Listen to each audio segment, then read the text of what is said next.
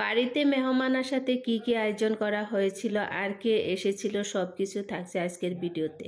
এখানে আমার শাশুড়ি মা সব কিছু কাটাকাটি করে ধুয়ে পরিষ্কার করে দিয়েছে, আর এখানে আমি রান্নাটা উঠিয়ে দেব। আর ভিডিওটা আমি শুরু করে দিয়েছি বিকালবেলা থেকে, যেহেতু রাত্রেবেলা খাওয়া দাওয়া হবে।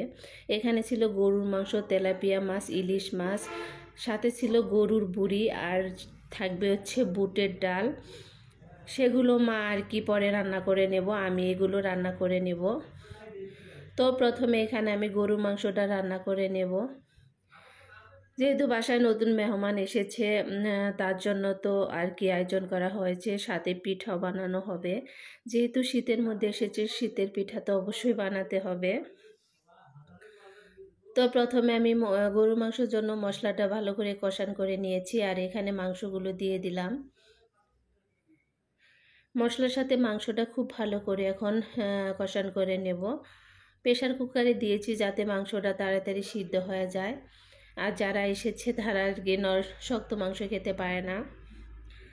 তো এই যে মাংসটা রান্না করা আমার হয়ে গেছে। আমি আসলে একটু একটু করে ভিডিও করে নিয়েছি, যেহেতু অনেকগুলো রান্না বান্না করতে হবে। সম্পূর্ণ ভিডিও করতে গেলে দেখা যায় ভিডিওটা অনেক বেশি লং হয়ে যায়। তারপরে এখানে যে গরুর বুড়িটা আমি রান্না করে নেব, এটা আমি প্রেশার কুকারে প্রথমে সিজ দিয়ে নিচ্ছি যাতে বুড়িটাও সুন্দরভাবে সিদ্ধ হয়ে যায়। তারপরে ছোটো ছোটো করে কিছু আলু কুচি করে দিয়েছি। আলু দিয়ে বুড়ি ভাজি করলে কিন্তু অনেক বেশি ভালো লাগে। আপনারা কে কীভাবে খান অবশ্যই কমেন্ট বক্সে জানিয়ে যাবেন। এখানে আমি হালকা একটু ভাজি করে নিয়েছি, তারপর ফ্রাই প্যানের মধ্যে ঘরের ভিতরে আরও আর কি ভাজি করে নেব। বুড়ি ভাজি যে একদমই কালো কালো না হলে কিন্তু খেতে একটু ভালো লাগে না। তারপরে এখানে আমি ইলিশ মাছ ভাজি করে নিচ্ছি, যেহেতু তেলাপিয়া মাছ রান্না করব এই কারণে ইলিশ মাছটা তেলের মধ্যে শুধু ভাজি করে নিচ্ছি। আমি মাটির চুলাতে সব কিছু রান্না করে নিচ্ছি, আর মা পরে ডাউল রান্না করেছে, ছোটো মাছ রান্না করেছে, পোলাও রান্না করেছে। তো আমি সমস্ত কিছু অল্প অল্প করে ভিডিও করে নিয়েছি। এই যে এখানে যে গরুর বুড়ি, গরুর মাংস, বুটের ডাল, তেলাপিয়া মাছ, আর হচ্ছে ইলিশ মাছ, সমস্ত রান্নাবান্না আমার মোটামুটি শেষ। সব কিছু আমি রুমে নিয়ে এসেছি। আসলে নতুন আলু দিয়ে গরুর মাংস খেতে কিন্তু অনেক বেশি ভালো লাগে। আর তেলাপিয়া মাছটা আমি শুধু টমেটো দিয়ে রান্না করছি, সেটা আর আপনাদের মাঝে শেয়ার করিনি। আর রাত্রিবেলায় যে সবাই খাওয়া দাওয়া করতেছিল এখানে এসেছিল আমার ফুপু শাশুড়ি ছেলের বউ।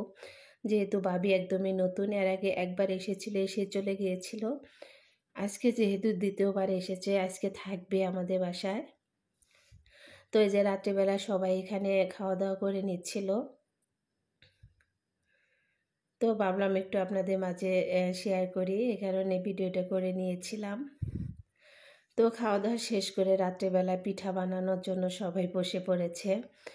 এখানে আমার শাশুড়ি মা পিঠা বানাচ্ছিল, আর আমার ছেলের কাণ্ডটা দেখেন। ও দাদু যেমন করে বানাচ্ছে ও সাথে সাথে সেইভাবে বানাচ্ছে, আর বলতেছিল দাদু তোমারটা হয়নি, আমারটা অনেক সুন্দর হয়েছে। সত্যি আমরা অবাক হয়ে গেছি যে ও এমন করে বানাতে পারছে। তো যাই হোক, এখানে মা রুটিগুলো বানিয়ে দিচ্ছিল, আর আমি আর আমার ননদ দুজনে বসে বসে পিঠাগুলো বানিয়ে নিচ্ছিলাম, কারণ এটা হচ্ছে দুধ পুলি পিঠা। যেহেতু শীতের মধ্যে এসেছে, পিঠা তো অবশ্যই খাওয়াতে হবে। দুধ পিঠা এর আগে অনেকবার খাওয়া হয়েছে, তাই ভাবলাম আজকে দুধ পুলি পিঠাটাই বানিয়ে নিই। তো ভিডিওটা আজ এ পর্যন্ত, সবাই ভালো থাকবে।